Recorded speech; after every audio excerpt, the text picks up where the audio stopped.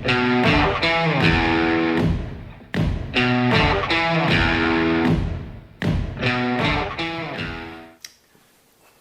back. Cheers, my brother. Cheers, sir. The Original Liberals podcast. Episode 2. Yeah, man. That's right. So today we're going to kind of follow episode 1 with talking a little bit about the current state of American society. We figured it'd be a good start. Get a little bit of a baseline of what we're all about. Good intro topics. So really, everything, everything about American society, what we think's good, what we think's bad. Sure. Where we're at in this day and age and what that all means.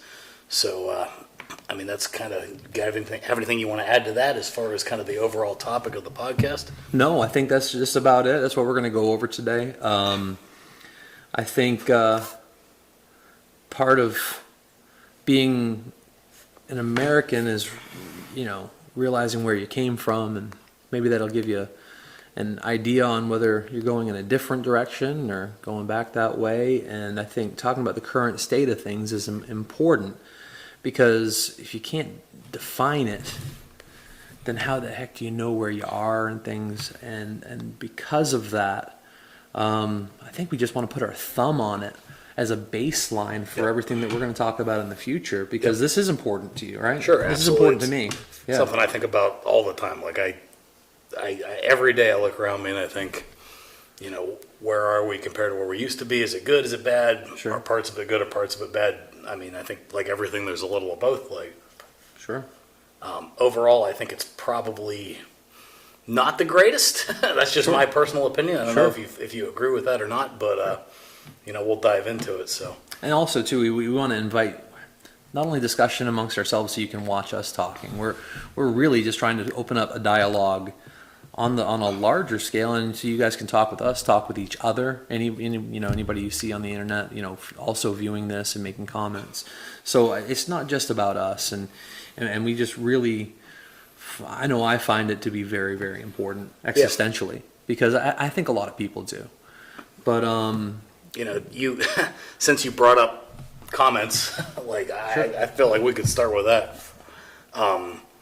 At least me, I think that one of the big differences between society now and society just a few years, well, maybe not a few years ago, but pre-social media really is, the way people treat each other in an online forum versus the way, you treat each other on the street when you meet somebody. And I think that people have far more online interactions now, far less in-person interactions, and that's made people nastier, meaner. That's spilled over into politics, of course, but not just politics, everyday life, everything about the way people interact with each other. I think that for the most part, it's been degraded specifically by social media because, of the whole phenomenon of, I'm hiding behind, maybe you're not hiding behind, but it's so easy to just... The keyboard war. Yeah, absolutely. Yeah. And me personally, you guys aren't going to find me. You're not going to find me on any social media platforms. Not me. This guy's incognito. Until last week. So that said, with this podcast, I'm getting out here. I'm spilling it all. I'm going to tell you guys how I feel about everything. But what you're not going to find is me commenting on Twitter.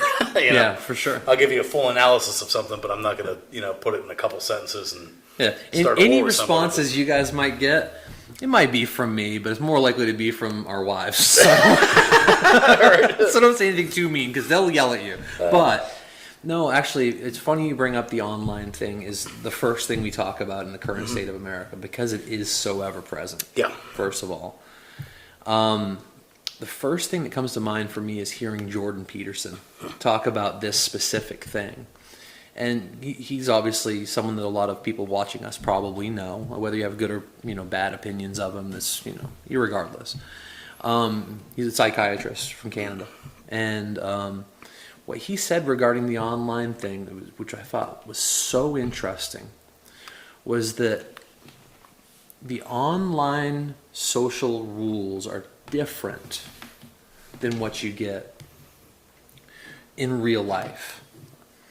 There's in real life, the threat of being punched in the face deters the process of narcissism. Yep. It doesn't stop it, but it deters it. And some of the other qualities about people that are certainly don't work in the real world. Yep. Right? But somehow online, narcissism is rewarded. Yep. So you got these Instagram models getting 1 million likes. And the narcissism, oh my God, bing, bing, bing, bing, bing, all those little chemicals are going off in the brain, and maybe even finding some monetary, some money compensation, the more narcissistic and risk-taking you are. So this online community fosters a whole different social structure that cannot apply to the real world. And what happens in that is the more time you spend in that online world, the more your brain starts to blur what is and is not okay when you've left that world. Yep. And what ends up happening, and this is the part that I find most interesting, is it starts to look like a mass psychosis. Yeah. Think about that. A mass psychosis that's now bleeding into the real world based off of social media interactions. For real, for sure, definitely. You ever notice too, kind of, I don't really know if I would call it the opposite, but we're talking about how people will say things online they would never say in real life. The opposite, kind of the opposite, I guess, would be people will say something online, get called out for it by millions of people. Like the truth slips out. They'll say something they actually believe, and then all of a sudden the mob attacks them, and then they retract it. They delete their post. They issue an apology. Sure. When we all know, like I mean, it depends on the individual situation, but I feel like for the most part, that original comment is probably closer to what that person believes.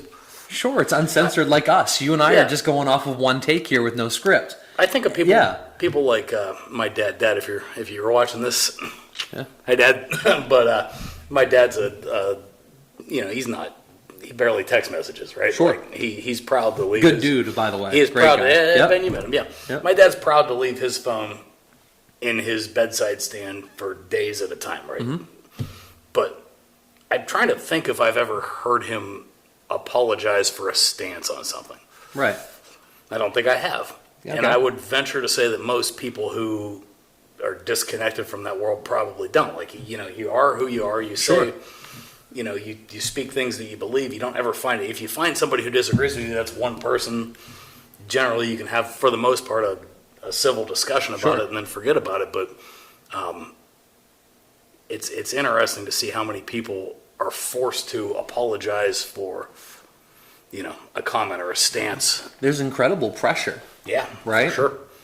You might get canceled. You might get canceled. If you have something on the line and people feel like they can take it from you, and we've all seen the maliciousness you can find online.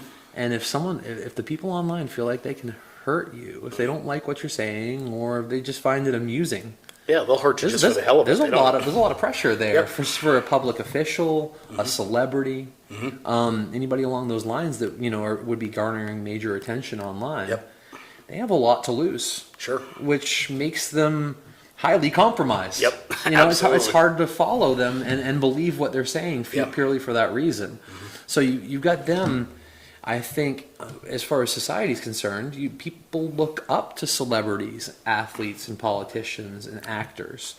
So they're given this place of unearned authority on subjects that they really, these are actors. This guy plays, I don't know, everybody loves Keanu Reeves, but he played John Wick. He's not John Wick. Tom Cruise played this role, but he's just Tom Cruise. He's an actor. Yeah, musicians musicians, right? Yeah. So everybody gives him this unearned influence on a great number of people, or athletes. And then we determined that because of the place that they're in life, they're afraid of losing it all. They're highly compromised.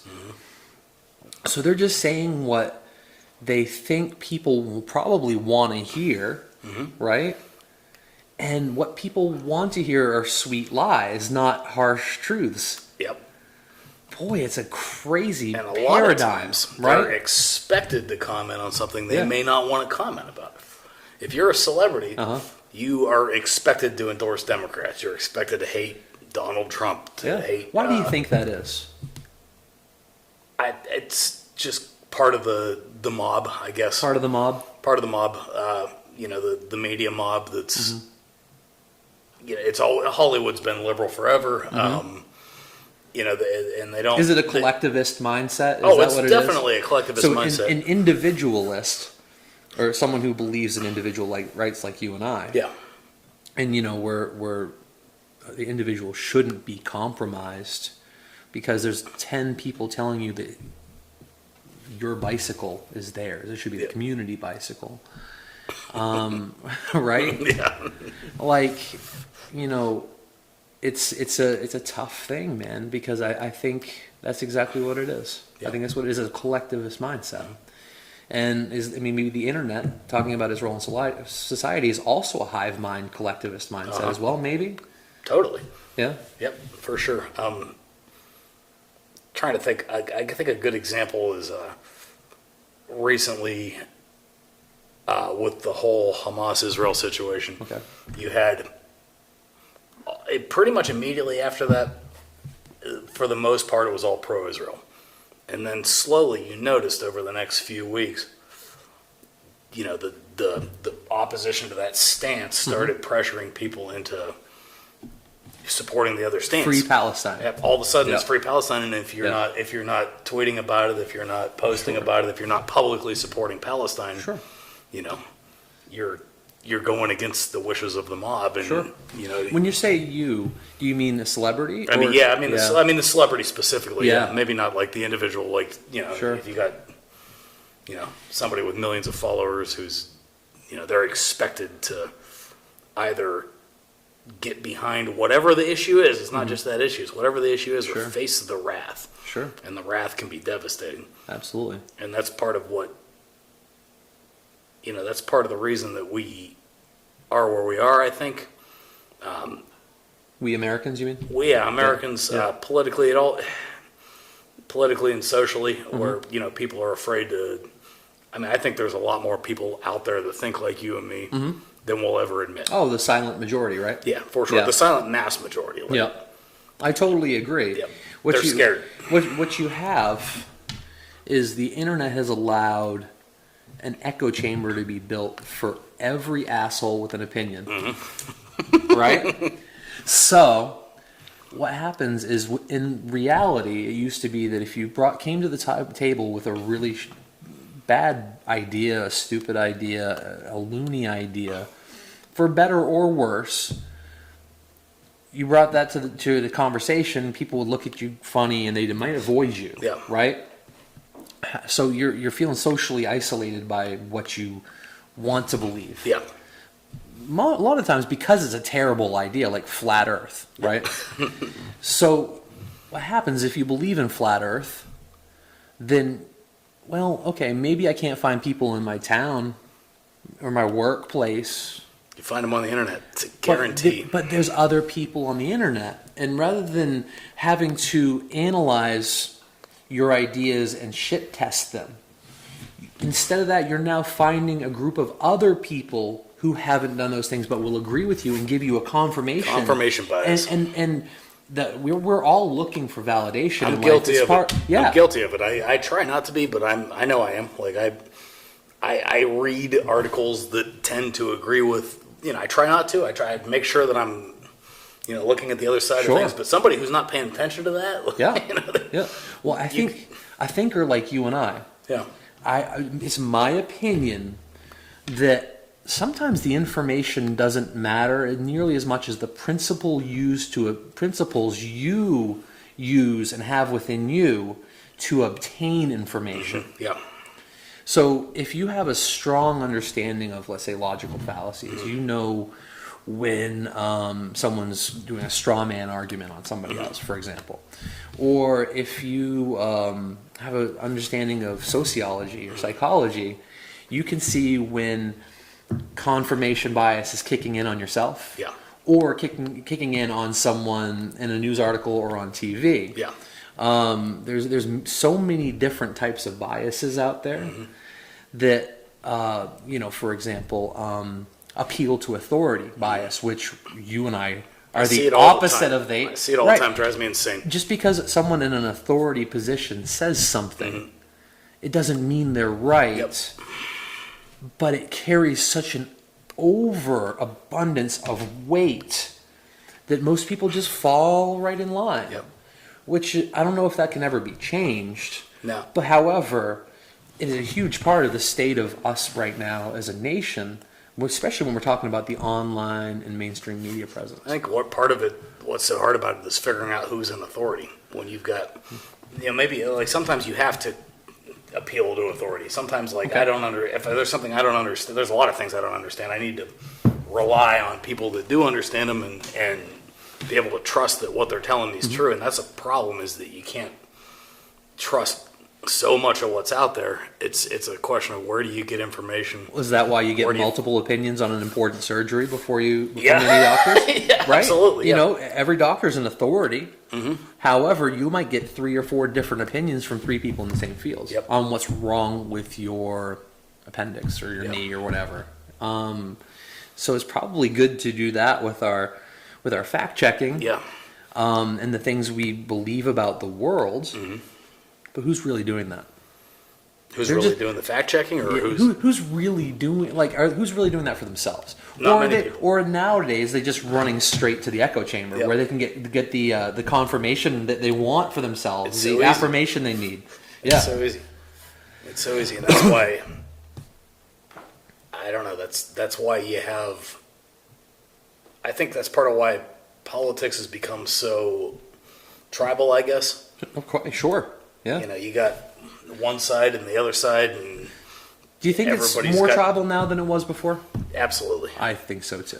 absolutely. I I think think so, the too. main thing that's changed about politics in my lifetime is, I remember when I was younger, the main complaint was that both parties are the same. Okay. I mean, I heard that all the time, and I felt the same way. It's like, it doesn't matter who you vote for, like with George Bush, Sure. John Kerry, like whoever, John Sure. McCain, like these are all the Clintons, Sure. well, Bill Clinton, but you think about that era of politicians, or even before then, they Sure. were all part of the same secret handshake and asshole club. Right. Hey, Every- I'm part nothing- of that. I'm part of that. Everyone Freemasons? Yeah, no, not those assholes. Oh, not those assholes. Not those All right. assholes. Different Yeah. assholes. Okay. All right. No, but like they're all part of the same club. Nothing's really going to change. Everybody knew that. People were frustrated by that. Yeah. And I think that's what's forced what we have today. I think a lot of people view it as kind of like, Donald Trump showed up and made, immediately drew a clear distinction. You could argue that in a certain respect, Barack Obama did the same thing on the other side. I think that was forced by Americans who were generally pissed off about the fact that both parties were exactly the same. Okay. And now what we've created is polar opposites. There's nobody out there that I know of that's saying, oh, it doesn't matter, Democrats and Republicans are the Sure. exact same thing. They couldn't possibly be further from one another. So that may be true on the political spectrum, or at least what they do when they pander to the voters. Yeah. Right. They might be going to further extremes because the portions of society are becoming more extreme themselves. Yep. Therefore, they feel like the path of least resistance towards getting into office is just to pander to them. Right. It is. It is. So that could be one thing. Or the fact of the matter is they're still the same. They're still 2 wings of the same bird, and and again, it's just pandering. In a certain respect, yeah, but I think Yeah. the parts of, I don't know, Mitch McConnell just this week decided The old turtle? the old turtle's done with the leadership role. Is he done? Yeah, he's not. Actually, I don't think he's retiring, but he's done. He's not going to Okay. continue his leadership job. Kristen Sinema just retired. Sure. These are the old guard, the ones that were the same. They're out. They're Make room for the new guys. And the new guys- Make room for my boy Russell Fry. yeah. Hey, All right. Yeah. Russ, what's up, Big buddy? fans of Russell Fry. That's right. Yep, that's right. No, But they're those that old guard is leaving. sure. and they're being replaced with, for better or worse, politicians who are solely in one camp. We'll call them extreme. Yeah, I mean, whatever you want to call them. What would you consider extreme? Bernie Sanders? Yeah, Bernie Sanders is Okay. absolutely extreme. Okay. Yeah, yeah. I mean, the man. Don't quote me, but I believe he's actually labeled himself a communist before. I think he's actually used the word. Well, he did vacation in Russia for his honeymoon. Yeah, and then put democratic socialism. I've heard him and say then that put a million like times. some Russian flag on his office wall Yeah. when he was mayor in Vermont. Bernie Sanders is insane, but he's endearing. Everybody wants to. Look, if Bernie Sanders showed up at my door, I'd be like, "Come on in, Bernie." Yeah, Like, come on in, Bernie. Let's have a talk. I would interview Bernie Sanders. Oh, 100%. That'd be absolutely, great, yeah. for sure. No, but He like, doesn't look like he could hurt a fly. no, You know? no, he probably couldn't. But Yeah. politically, he's absolutely insane. Sure. In my humble opinion. Yeah, of course. Well, he doesn't understand what causes what. He lives in a world where he's standing in a bucket trying to lift it by its own handle. Yep. Right. Is that That was Reagan or was it? No, that was Winston Winston Churchill. Churchill. Yep. Yep. All right. Winston Churchill, my man. Yep. Cheers to him. Cheers. Cheers to him. And For anybody that doesn't know the quote, I believe. Mm-hmm. I could be wrong about the quote, but I think it's a nation trying to tax itself into prosperity is like a man standing on a bucket Absolutely. trying to lift itself by the handles. by its own handle, absolutely. And so what we have is a society that's getting, maybe if we're talking about Jordan Peterson's mass psychosis again, maybe getting a little further from being able to deal with reality in a healthy way. Yeah. Okay. So and deal with people in a healthy way, Yep. and if there were influence that could use that to its advantage in governing the nation, they would certainly do that. And they'd certainly steer the direction. And the way they do it is through mainstream media. Yeah. So the mainstream media definitely has a role that is much smaller now than Losing ever in its the power. past, which I think, do you think that's a positive or Yeah, negative? that's one of the good things about social media. Absolutely. I'll give credit where credit's due. It's, Yeah. thankfully they, because these people are insane too. And Yeah. there's another source of information out there besides the mainstream media, thankfully. Absolutely. So- if you look at, and I don't know what the numbers are, but if you look at CNN numbers, CNN's viewership numbers compared to Joe Rogan's, Yeah, it's like he's getting like 10 times the man, viewing. that's so good. I love that It's about beautiful. That's one great thing about the online. It's wonderful. It's beautiful. Well, people realize they're being bullshitted, I think. Absolutely. Yep. I mean, Yeah. I don't know if you saw this last week after the Supreme Court ruled 9-0 that Colorado could not kick Trump off the ballot. Right. And I didn't get a chance to say it on camera, but I predicted a 9-0 ruling the day Colorado announced that. And, Sure. I mean, how could you really, like, if you look at it, Exactly. how could you rule otherwise? So 9-0 Exactly. in favor of Trump staying on the ballot. And I've listened to, I don't know how many different mainstream media talking heads say, no, it was a 5-4 decision. Really? Yeah, because of the Doesn't surprise me, but I didn't know that. Free That's- liberals and I think it was Barrett, but don't quote me on that. The three liberals, joined by one of the conservatives, wrote a separate opinion, basically affirming the ruling that states can't kick somebody off of a federal election ballot. Sure. But the majority, their opinions said that basically Congress is the only body that can actually rule on the 14th Amendment, that could pass a law saying, based on Sure. the Insurrection Act, this person can't be on the ballot. The other four said, basically, we're not going to take it that far. We're not going to say Congress is the only ones that can do it. However, we affirm the ruling. Okay. So it's 9-0. Well, But it does they make take sense it and that they a spin federal it. election wouldn't necessarily be controlled by a state on an individual state. It makes basis. perfect sense. Yep. But these media talking heads will tell you, oh, it was actually 5-4. It's like, the fuck do these people come from? Like, They literally what- don't care anymore, do they? No, they'll just say- they will already say know whatever that they because- have no. They have no. There's Yep. no scruples. No, Yep. There's none. Yep, none And- whatsoever.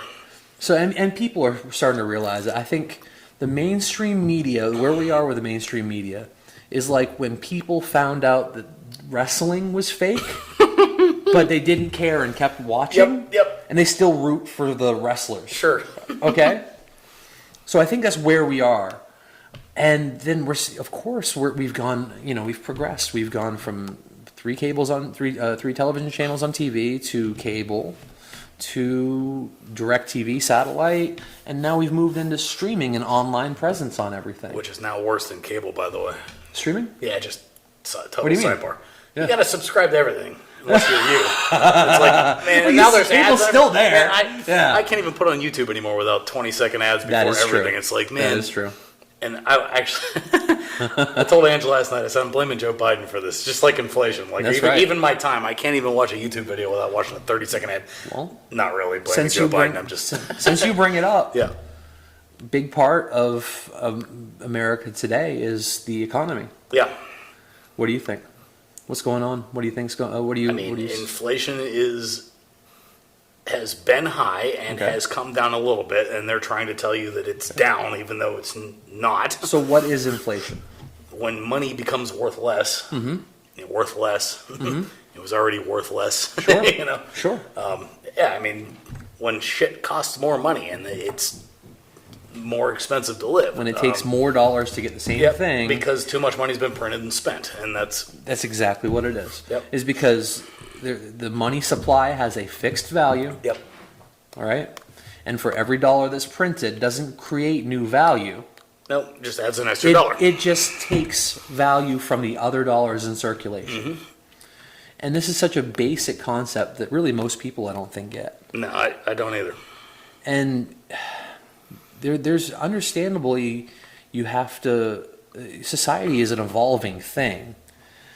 But 1972, we went off the gold standard, right? 4, I think. 74, whatever it may be. Either way.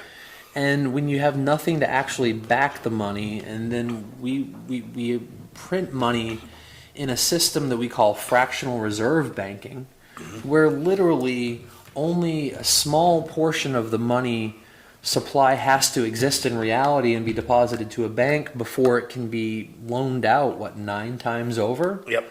And you create a incredible multi-layered cheese fondue fountain of debt where nobody actually owns anything until the banks call it all in and Yep. they own it all. Yep. Right? So I mean that's theoretically where we're at. Yeah. And then of course the banks are also the ones saying, "Hey, let's print more."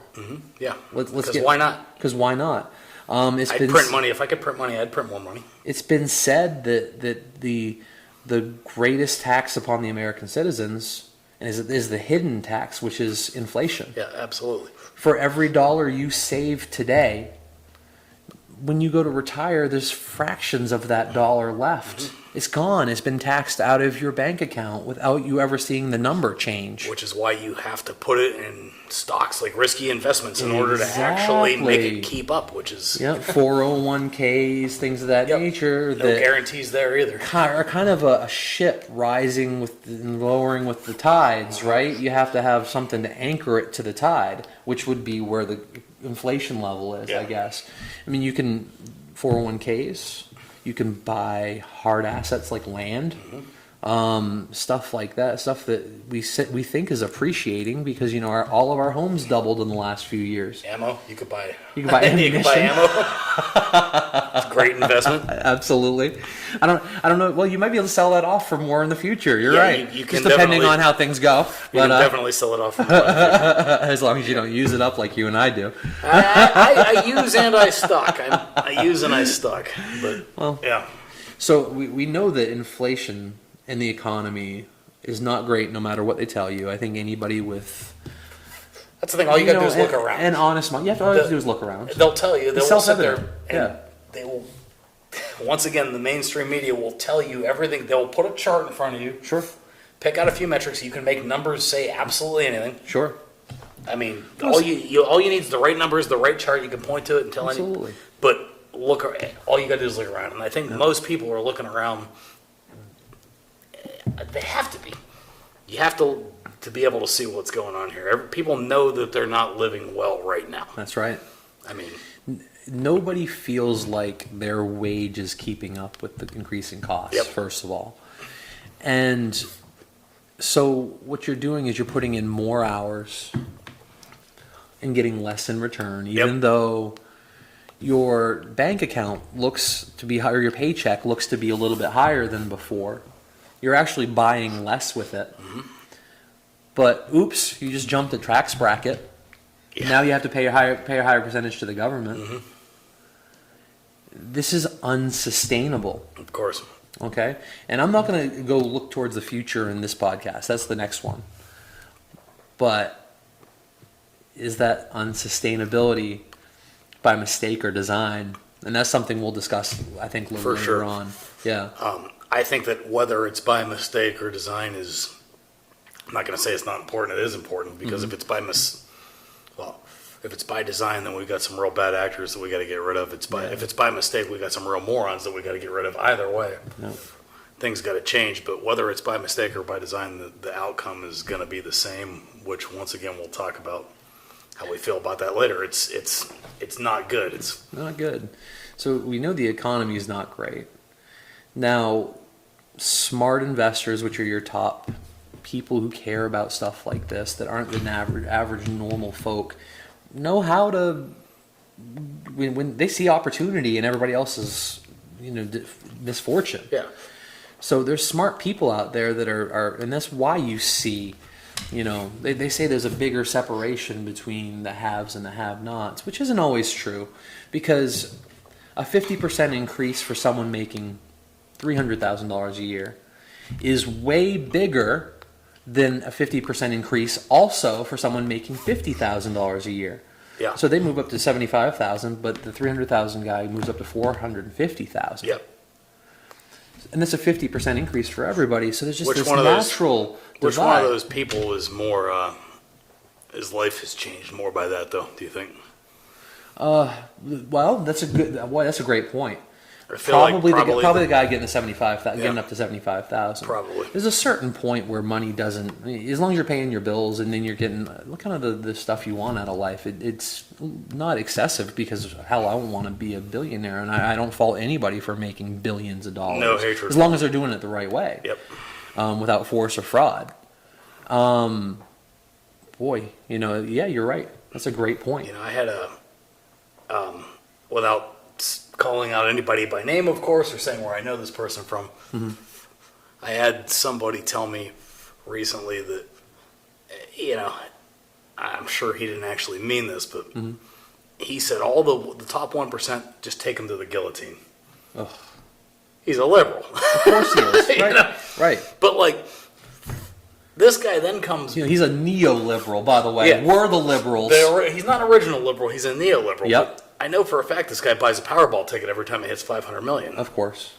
So, Boy. it's just an interesting concept to hear somebody say something like that. But at the same time, this person. To me, someone like your that. head's going to be on the block if you hit that number. I know, right? I actually told him that too. That's funny. What did he say? He didn't have any words. He didn't have any words for it. He couldn't rationalize it to you at literally, all. I Did said, he at least have a sense of humor I about hope it? you don't win that ticket. Yeah, Good. I got a little chuckle out of Good. him. But Good. Yeah. Jeez, man. I genuinely feel that some people feel entirely defeated, and that's why there's so much envy in their philosophy. Yeah. And while if their Powerball ticket won, they wouldn't be defeated anymore, which is great. Yep. But since that's not likely to happen, fuck them is what they say. Right. There's a politics of jealousy in the neoliberal, and it's been said that about socialism and communism, is that we don't want to have unequal outcomes. We want equal society, right? Yeah. And it's purely politics of jealousy. Yep. It is purely a belief that, boy, look at all this food we have at our supermarkets. Look at all the gasoline we have at our pumps. Look at how much abundance we have, and then look at how much they have, and then we don't. Yeah. Right? Everything should be free because there's so much of it, never realizing how it got there and put on the table. It's a belief that $1 in somebody else's pocket is one less dollar in your pocket, which is bullshit. That's called the fixed pie fallacy. Yeah. Yep, Yep. and that's bullshit. You're exactly right. Actually, well, my friend, I think we need to go to break. Let's do it. And we'll be right back with you guys.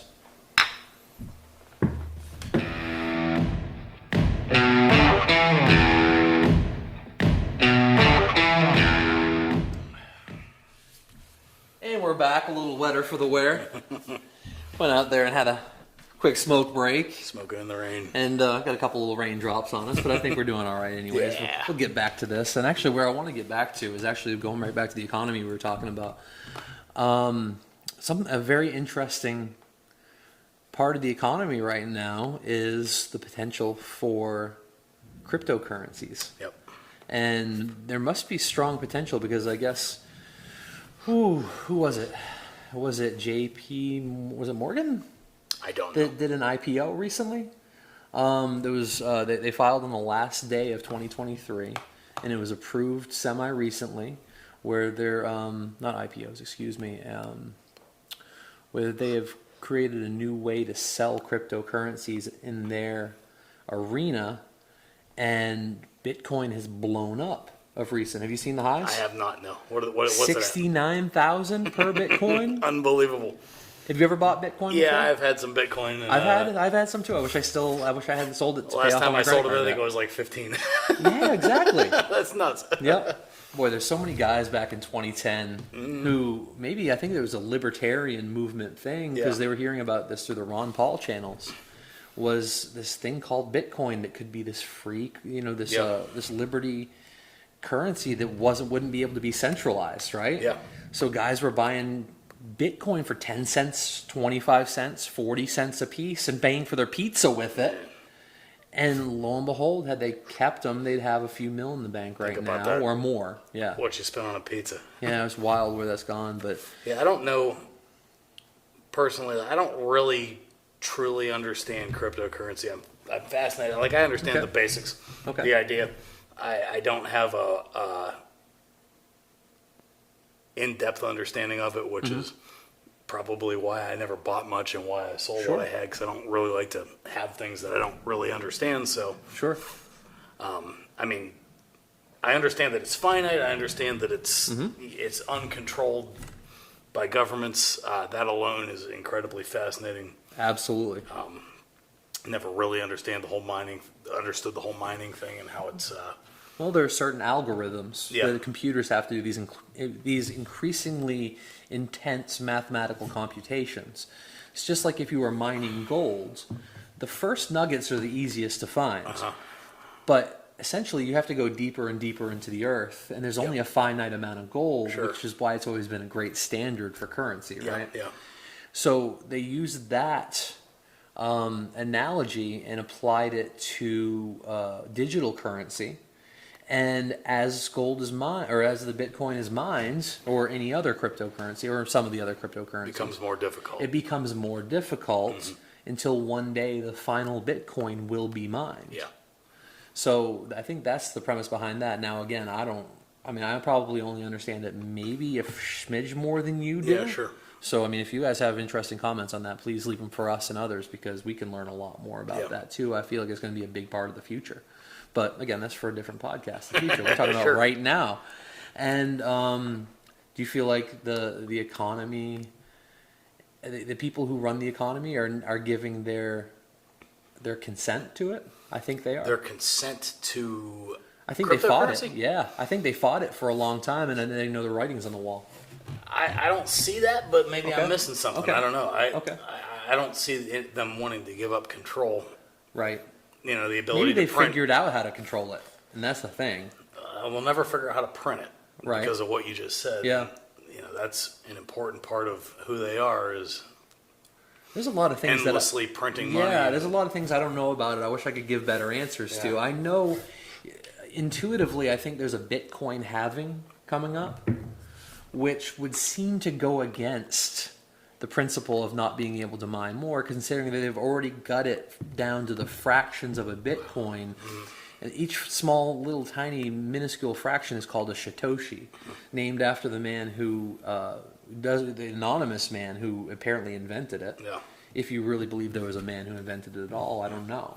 We've talked a little bit about that before. There's different theories on that. However, That could be a whole so- podcast too, because the story is that after the 2008 economic issues, someone frustrated during that period of time, this was the time of Occupy Wall Street, yep, and a brilliant person out there somewhere decided that he was going to create the alternative, which is, I love that spirit. That's Yeah. super cool, right? It's super cool. And boy, this guy, I don't know, he definitely intended to do it. And boy, it's gone from in 13, 14 years to being 70,000 a Bitcoin. Insane. What's the all-time high? Is that That, it? that was the all-time high. I think prior to that was a few years back, it was 64. Okay. And then it dropped all the way down to 15, Yeah. maybe more, maybe a little less. Be about where I sold mine at. The old buy high, sell low strategy, huh? Yep. Good stuff. Yeah. Yeah, I wasn't that great at it either myself. I Yep. tried. But the problem with me is I wanted to day trade it. Yeah. Like, I wanted to see if I could, figure out the game. Yeah. And I think anxiety peaked from watching it too much. Yeah. That's why day trading is usually a losing proposition. Not Yeah. always, but Yeah. I've. Do you know anybody that's ever got rich day trading? I know a lot of people. Do that I tried it know and lost anybody? somebody, yeah. I don't think so. No, me neither. No. I know someone who bought a bunch of Shiba Inu at the right time and then bought himself a Winnebago with it. But other than that, yeah, that's pretty awesome. He's living on some land out there now in his little Winnebago and kicking life. He's got a little Shiba Inu. Shiba Emu? Inu? I don't know, man. It's not an emu. I think it's a dog. But We're gonna call it emu. I like emu. that. Yeah, they got the Shiba Emus on a little symbol on his wall in there as a reminder of how he Nice. got that thing. That's pretty cool. Well, that's one portion of our current, landscape in America. And another one is our international relations. And how do you feel about that right now? There's a lot to unpack there. There's a lot, huh? For starters, the obvious thing is that, well, I don't know how obvious it is, but Pax Americana has ended. What's Pax Americana?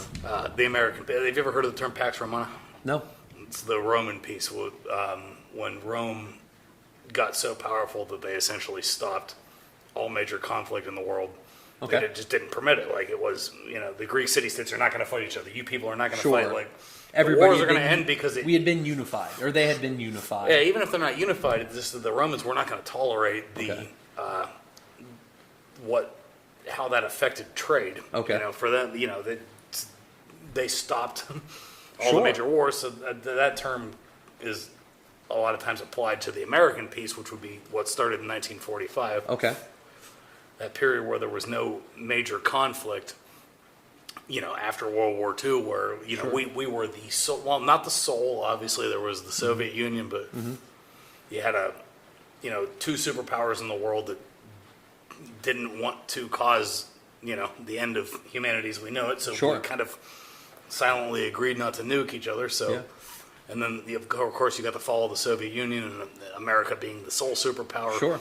You've got a situation where, for the first time in 2,000 years, there were no major, like, you think about Major world before conflicts. World War II, it was normal for great powers to fight each other on a regular basis. Absolutely.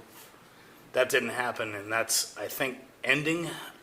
With you got the Russia-Ukraine thing. Okay.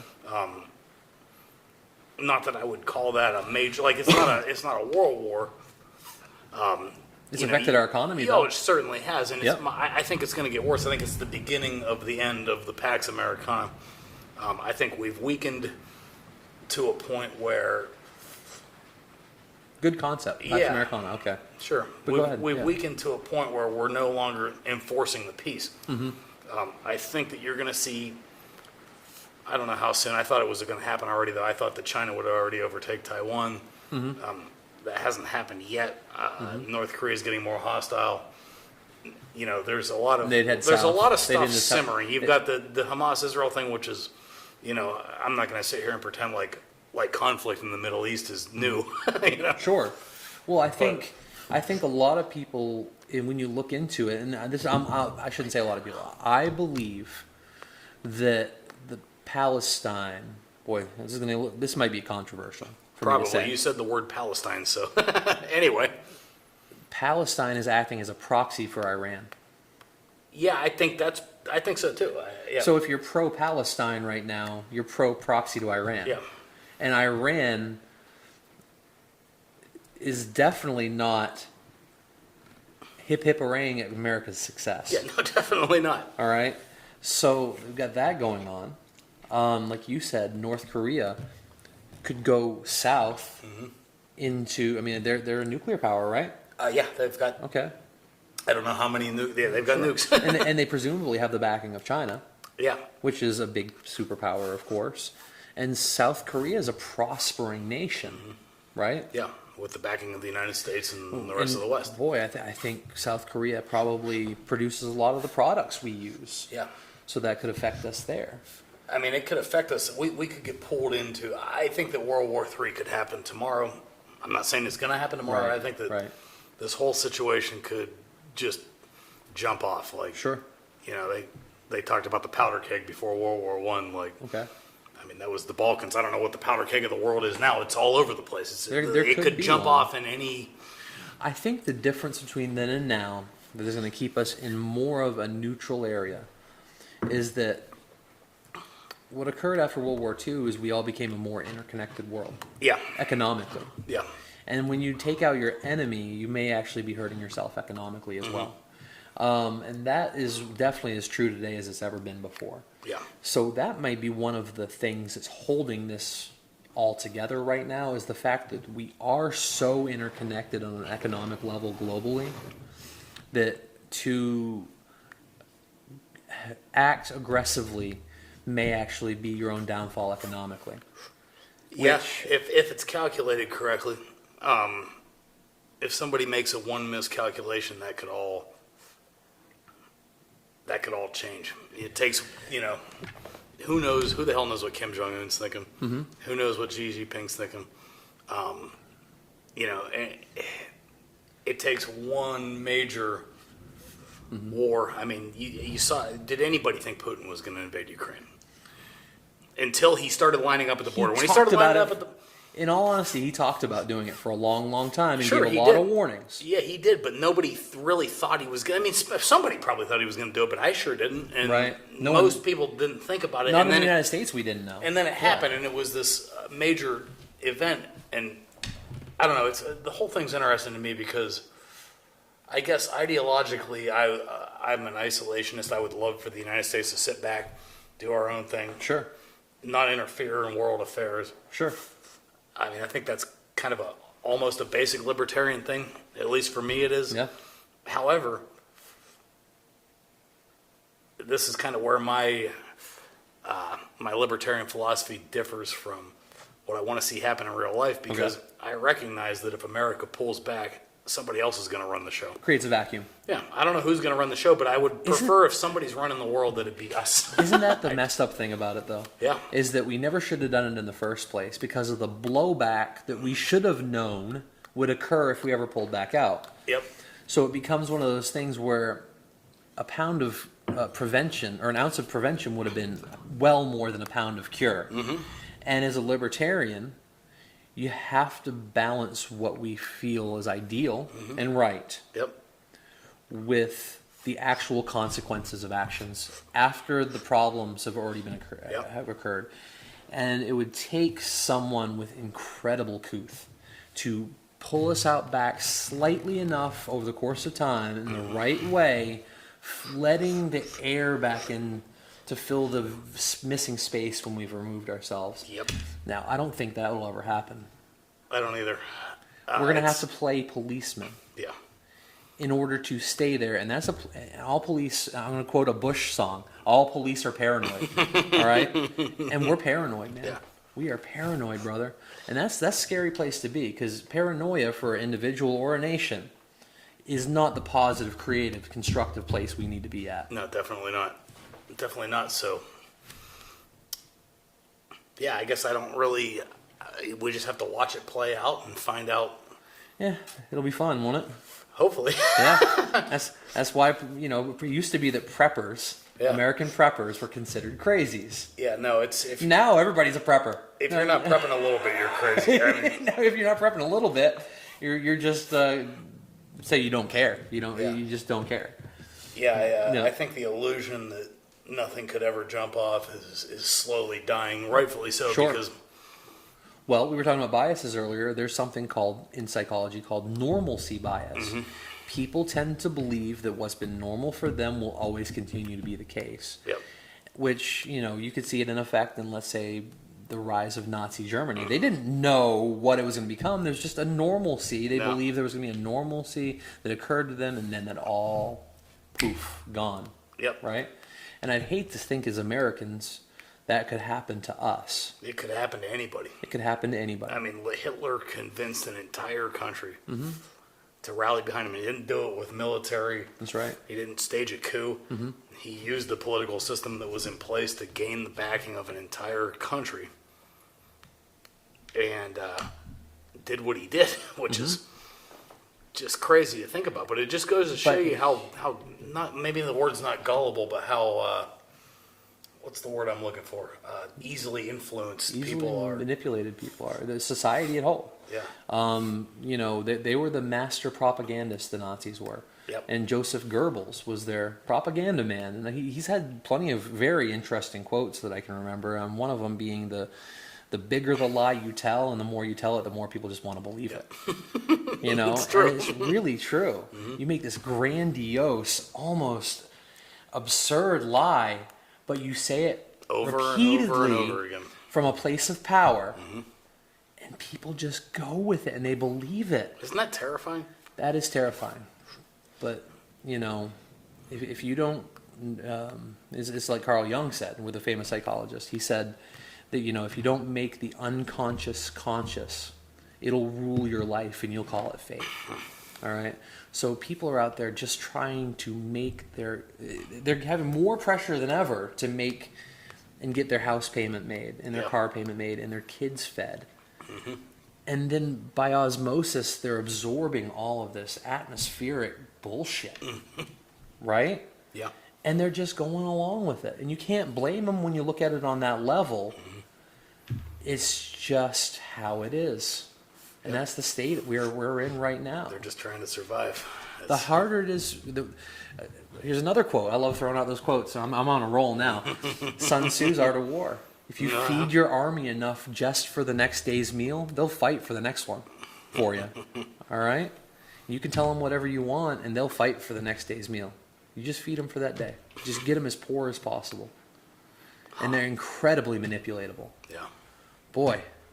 Crazy, man. Boy, I don't want to be all negative in this podcast because I think there's a lot of positives, too, in America. We talked about that during the break a little bit. We're kind of talking about what Ben just said. We don't want to be all negative. And there are positives, but at least me, it's hard for me because I've always been an optimistic person. I have an optimistic personality. I'm optimistic about my life. We're positive people.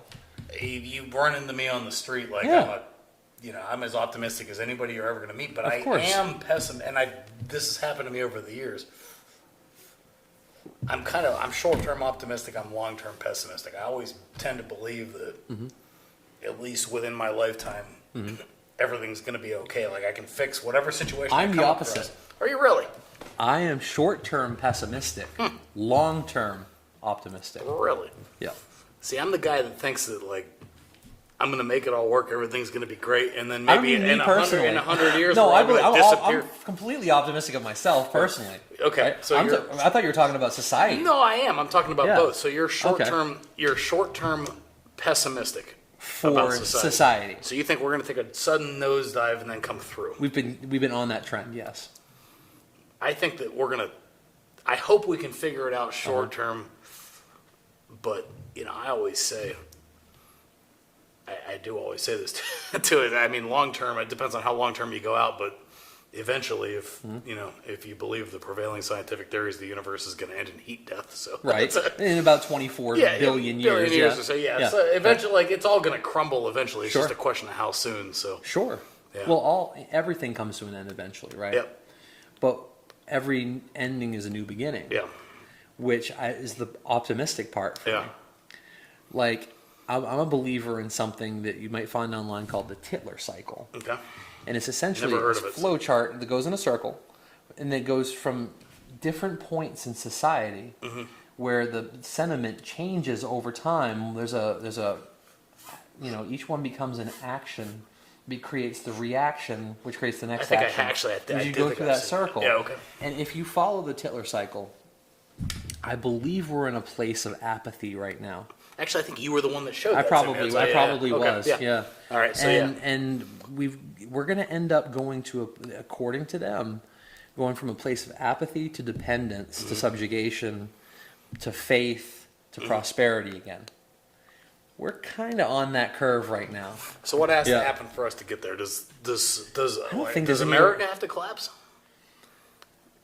Boy, you can't, when you're building a house and you've lived in it for a long, long time, you either make the necessary upgrades over the time to keep the structure strong, or you ignore that leak in the roof, which causes all the wood and water damage, right? Yeah. And when that happens, what do you have to do? You have to reframe it. Sure. You have to go back to the bones. What if you just keep borrowing money against it? Keep borrowing. Just keep borrowing money against it until you can't pay it back anymore. Yeah, and then let it go into foreclosure. Seems Boy, China's gonna like- love their new foreclosure item, won't they? I know, right? Oh, jeez, man. Man. So again, you don't want to be all negative in this, No, but I think this is a perfect precursor to our next episode, which is going to be about the future of America Yeah. after we've now addressed the past, stated the present, and then extrapolated trends. I'm looking forward to the futurism episode because Absolutely. here's the thing that's fun about futurism is nobody knows what the hell's going to happen, so nobody can call Nobody you out. knows You for can't sure. get it wrong. That's right. You can make predictions and And if you get it right, then you have it on a podcast. yeah, then and you're a if- legend. If you get it wrong, you're just some other asshole that predicted the future. It's great. So yeah, Just another asshole. turn us into Nostradamus. I do believe that if you look throughout, going back through all of human history, technology has always been our greatest friend. Okay? With the technology to invent the wheel, Yeah. it's been our way towards survival. Yep. Okay? Or just to put a seed in the ground. Yeah, Simply to grow exactly. food. Yeah. And that's technology. And our technology has become more and more complicated and more in depth over the course of time. But I think we're living in a time right now with many possibilities in the technological fields. Yeah. Right?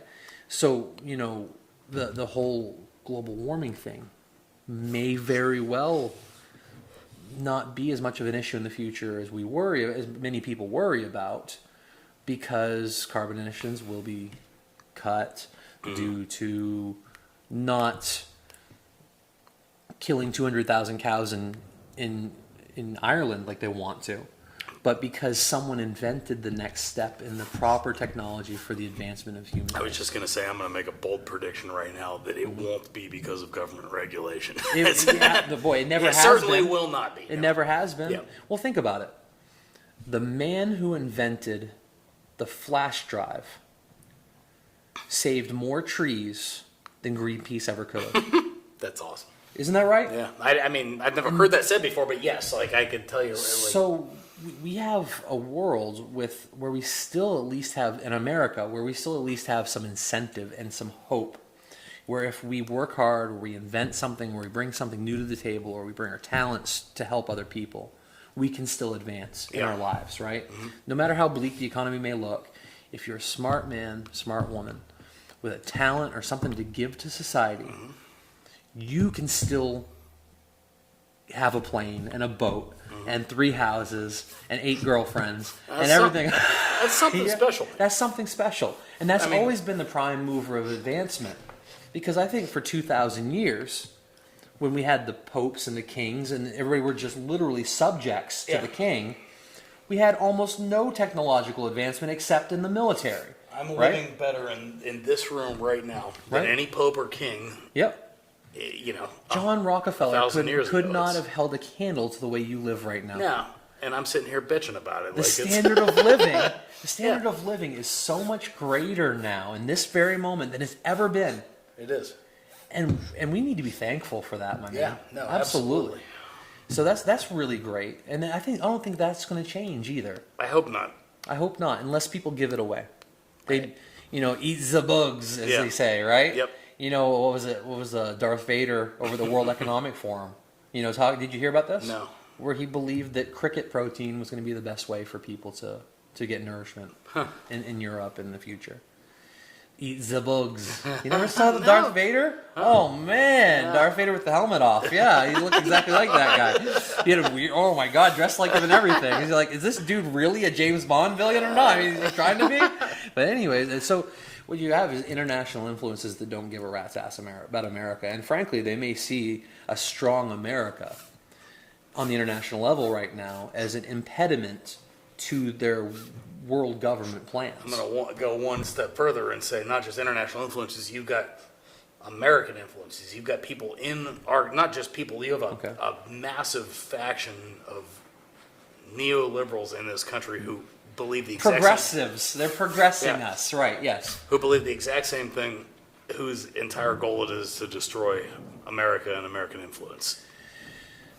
Why do they hate America? Why do you, if that's the case, what's the motivation? Money and power, I guess. Okay. It's got to be money and power. Personal gain? Yeah, personal gain. They But want to it- stay in the secret handshake club. Yeah. You know, their agenda is based on that, and you know, it doesn't jive with the stuff we believe in. So they'll destroy it. Absolutely. And those people are here. A lot of those people are your congressmen, they're your senators. Your president doesn't know. He has no idea. None. No clue. No clue, but the people who are running your president, Yeah. yeah, nameless I truly believe they're hellbound on destroying. That's another thing. Since the podcast is about the modern state of American society, and I think we touched on it earlier a little bit, but the division. I know we touched on the division, but we've got two sides. Both of them believe the other side's an existential threat to the country because because of the extremist nature the of things now, neoliberals yeah. absolutely believe that what they call the MAGA Republicans are out to destroy America. They believe that. I don't know if the people at the top believe that, but they've convinced a lot of people that that's the case, and it's not sustainable when you got two sides that both. They're so There's polar. there We're not all Americans anymore. There's Yeah. probably I don't even know if it's a majority. I would love to see a poll on this. What percentage of people believe that if the other side wins, American democracy's over? I mean, they both believe that the other side is trying to end the republic. So what you're and that's telling terrifying. me is rather than being an American first, they're liberal, they're Democrats first, or they're Republicans I was going to first, say, then Americans. we won't stop it at Democrats because there's Yep. a lot of people who are, Yep. on the right that are the exact same way. Absolutely, for sure. And that's not good either. It's Incredibly divisive. Yeah, A it's- house divided is sort of fall, right? Yeah. No, I tend to align myself more with the right's ideology. Being a libertarian, Because I care you're governmentally, Yeah. yeah, for sure. absolutely. And with my social views, we talked a little bit about this on the first podcast. I think that traditionally libertarians have gotten. There was a time when I would tell people I'm a Republican when it comes to money. I'm a Democrat when it comes to social issues. Yeah. Let me do what I want. Keep your hands out of my pocket. Absolutely.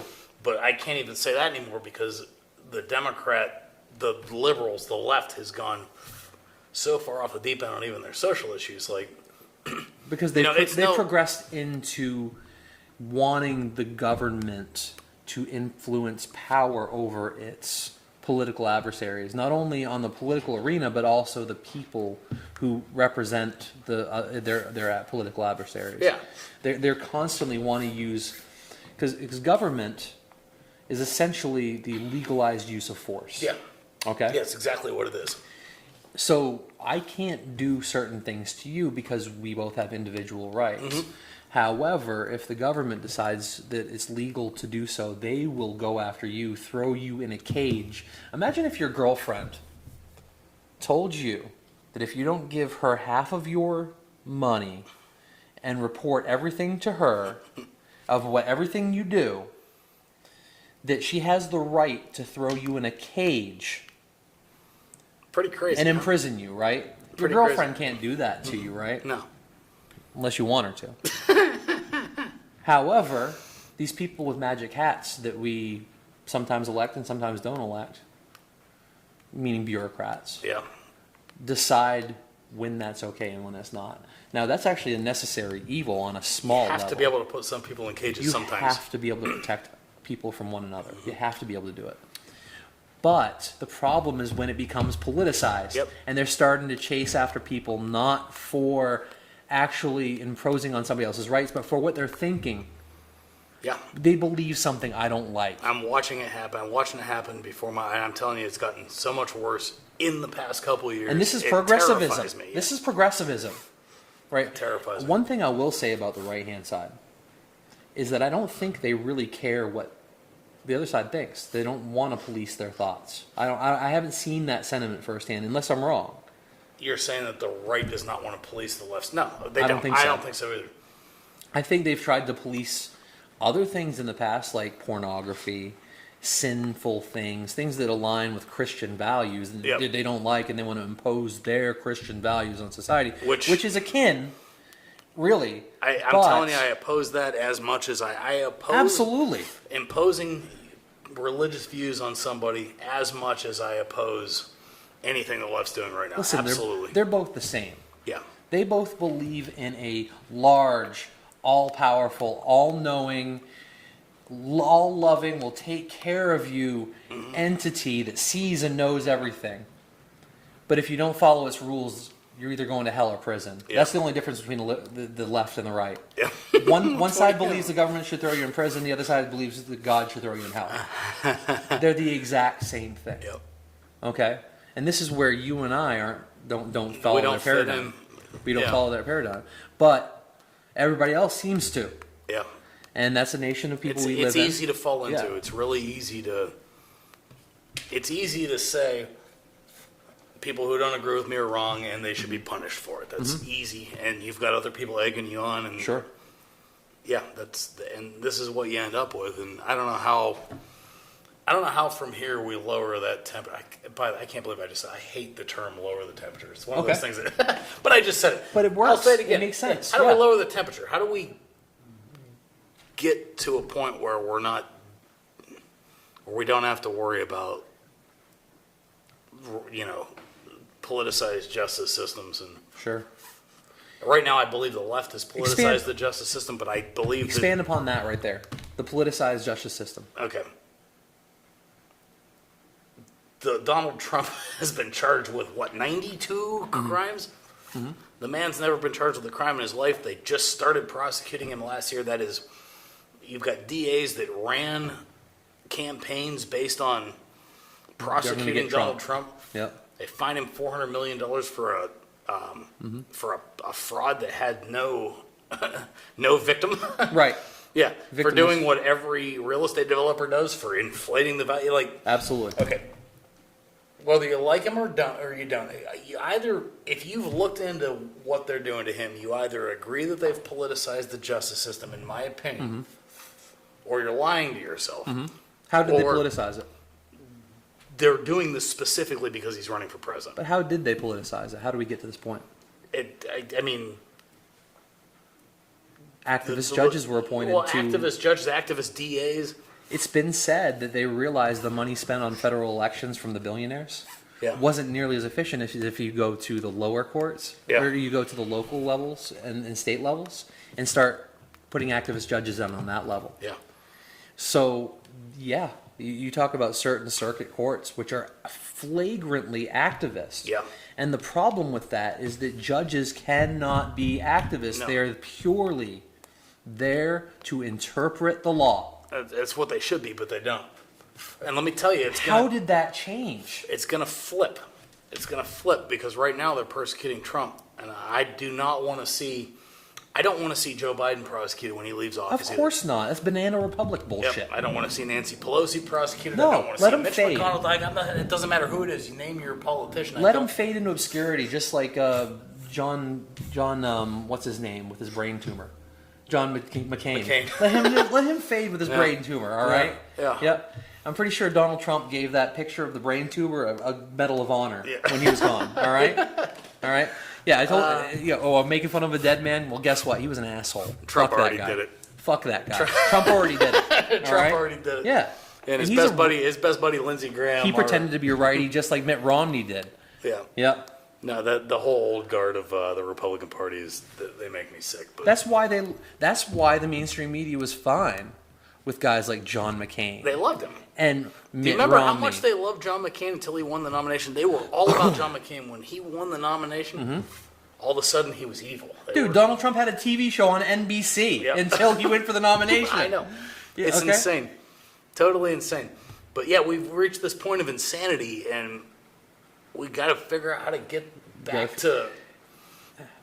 Because it's scary. It's scary. Like, when politicians start being prosecuted politically, it's terrifying. So They're going after citizens who were protesting at the Capitol. Yeah, they call it an insurrection. Now, Call it... Labels and words have meanings. why do you think God. Why do you think they call it an insurrection? For the same reason they took our name. They took our name, liberals, because they got found out and they know the label makes a difference. So they just stole our name so they could disguise themselves. They're constantly moving goalposts. They started saying the word Yeah. insurrection almost immediately. Yeah, it was told to them as a narrative. This will be your narrative. This is the word to But use. why do you think they use that word? Because it implies treason. I think they specifically use that word because of the wording of the 14th Amendment. I think some Oh, okay. asshole was behind the scenes as it was going on, Uh-huh. finding a reason to prosecute, and then Okay. found the insurrection clause Okay. and says, called all his buddies and was like, insurrection. That's how we're going to stop. They were That's thinking what happened, they were isn't it? trying to stop Donald Trump from running in 2024 before they had those rioters rounded up. They're not dumb. They were rioters, and Yep. let's be fair. When that was happening, when the Capitol riots were happening, I was cursing these people. I was Okay. I was sitting here like, Really? yeah. I still think Oh. they're idiots. You Hell go no. in, sit on the get your feet off of Nancy Pelosi's desk. Listen, like the tree of liberty must be refreshed with the blood of tyrants every so often. That's all I have to say. All right, Yeah, that's okay. a Thomas Jefferson quote. It He wrote is. the fucking Constitution. All right. Yeah. My son's middle name is Jefferson after that son of a gun. All Love right. it. Love it. Let's refresh the tree of liberty every once in a while. That's all I have to say.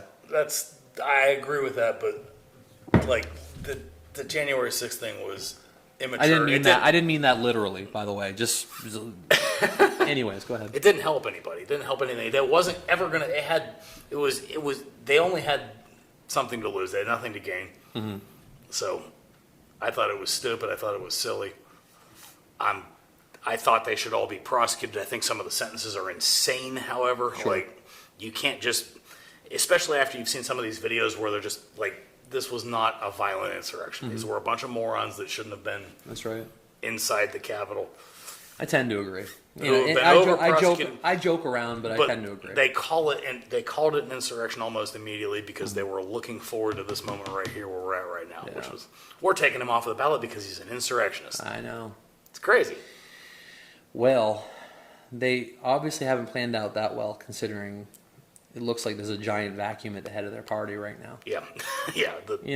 The respectable Democrats, the Tulsi Gabbards, Yep. in my opinion, and you don't have to agree with me. No, sure. I respect Tulsi Gabbard. The Kennedy. Those should be the people leading that party right now. Yeah. But they're also the people that won't take orders in lockstep. Agreed. And Their real leaders are gone. To play devil's advocate, there's a lot on the other side that say the exact same thing about, Lindsey Graham or Mitch McConnell. Well, maybe not Mitch McConnell. Nobody likes Mitch McConnell. No, fuck that turtle. I mean, Yeah. yeah. There's a lot of them saying the same thing about, maybe the Republican Party should be led by Nikki Haley, for example, Right. So, yeah, So, it kind of goes both ways, I With that guess. said, I think we've had a good conversation about our where we're at on things right now. I think there's a lot more we could have gone into, but I Yeah. think that's something that will bleed over in the future podcasts, Yep. and we'll make more coherent points, going into the future. Yep.